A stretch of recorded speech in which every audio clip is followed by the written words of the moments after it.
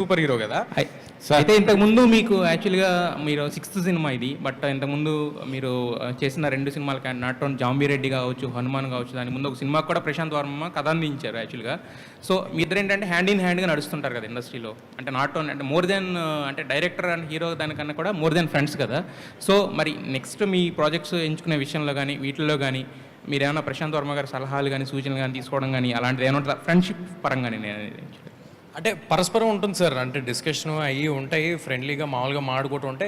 నిజంగా మాడితే అది ఓన్లీ ప్రశాంత్ వర్మ గారితో కాదండి, ఇప్పుడు నేను కార్తిక్ గారితో కూడా నేను ఏదైనా ఆలోచిస్తూ ఉంటే, నాకు ఏదైనా ఆపర్చునిటీ ఉంటే ఒకసారి ఊరిని డిస్కస్ చేసి other person point of view, ఎందుకంటే వాళ్ళు డైరెక్టర్స్ కదా, నందిని గారితో కానీ అందరు నా ముందు చేసిన టచ్ వుడ్ లక్కీగా నేను ముందు చేసిన డైరెక్టర్స్ అందరూ నాతో చాలా మంచి రిలేషన్తో ఉన్నారు. అందరూ మళ్ళీ సినిమా చేస్తున్నారు. సో వాళ్ళందరితో డిస్కషన్ ఉంటుందండి. విశ్వప్రసాద్ గారు ఒక్క నిమిషం సార్. అంటే